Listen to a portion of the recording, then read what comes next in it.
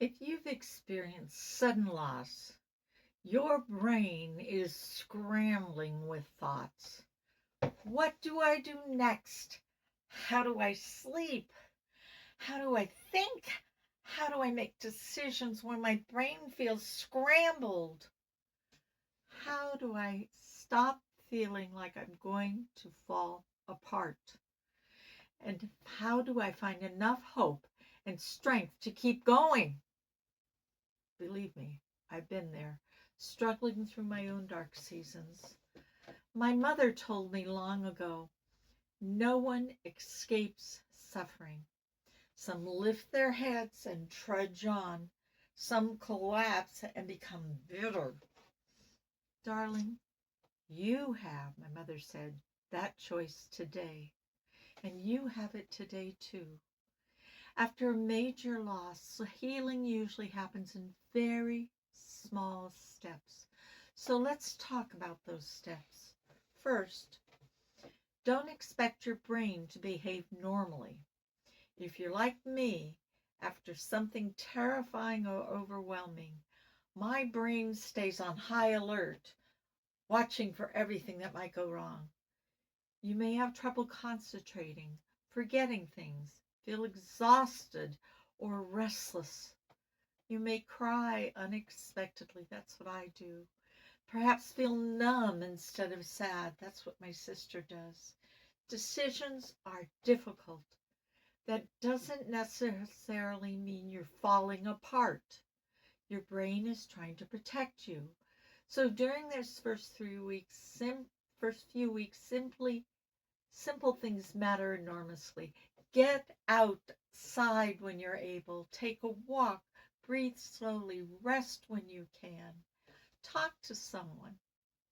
These aren't miracle cures. They're ways of giving your brain signals that say you are safe. Consider postponing some decisions. When life is shattered, there can be 1,000 decisions. Still, you don't have to solve all 1,000 today. What is the most important thing? Then what's the next? And then the next. A psychologist calls this breaking an overwhelming problem into manageable little pieces. I have it call it one cup of the tea at a time. One phone call, one form, one meal, one appointment, one decision, and then rest. Let other people carry something for you if you have people around to do that. As women, we are caregivers and nurturers. We want to take care of our hurting family and loved one, yet we may be exhausted from the overwhelming load of the tragedy. Sometimes the bravest thing we can do is say, yes, thank you, when someone offers help. Recently, I went through several months of being unable to get up out of my chair alone. My husband, I couldn't even go to the bathroom. My husband did everything for me, yet piles built up all over the house. Things I usually did were left undone.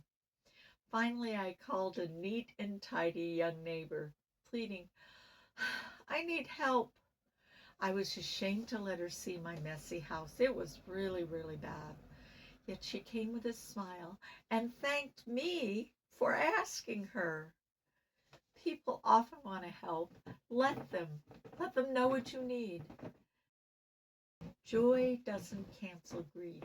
They can exist in the same heart. You can cry in the morning and laugh in the afternoon. You can be grateful for something that is, and you can still grieve for something you lost.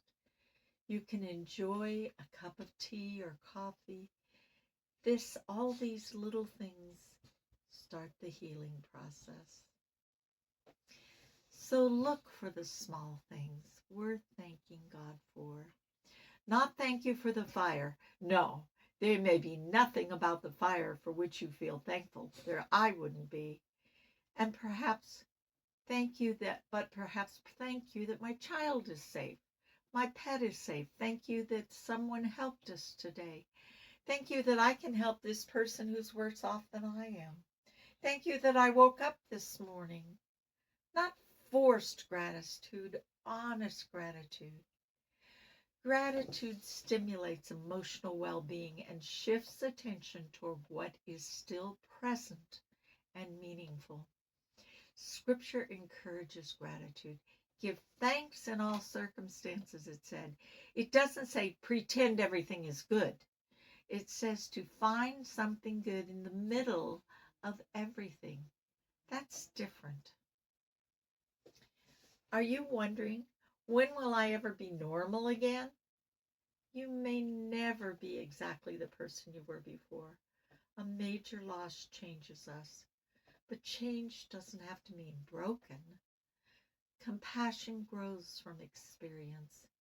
One becomes more aware of what matters, more willing to say, I love you, more willing to help someone else. The scars probably will remain, but scars can become evidence of healing. Okay, what about faith? Maybe your faith feels strong. Maybe it's hanging by a thread. Perhaps you're angry at God. Maybe you don't know what you believe right now. You don't have to pretend. One of the things I love about Scripture is that it doesn't hide human pain. During one dark night season of my life, I prayed, God, help. I have no answers, no strength, no hope, and no ability to see the future. Help me. And he did. Took time, but he did. Perhaps your prayer can be that simple. Say, help me. Sometimes it's the best prayer we have. One more thing. Don't look too far ahead. When you're exhausted, the future can look enormously horrible. Consider asking yourself, what can make me feel a little better today? A shower. Oh, a shower is great when you haven't had one. A walk, a conversation, 10 quiet minutes in the park. Do it.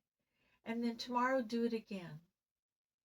Lord, I pray for this burdened woman and this struggling man who are so overwhelmed by everything that must be done. Give them clarity for the next decision. Calm her body, quiet his racing thoughts. Give them a measure of peace and love. Open their eyes to the small gifts that are still around, and give them strength enough for today and strength enough again for tomorrow. Don't go away, dear guest. Next up is a detailed to-do list for after a fire. If you found this post helpful, please share it with someone. Also, I would love to hear your story in the comments below. Don't forget to like and subscribe. God go with you, and hang on to watch the next video with the detailed list. You'll find it helpful.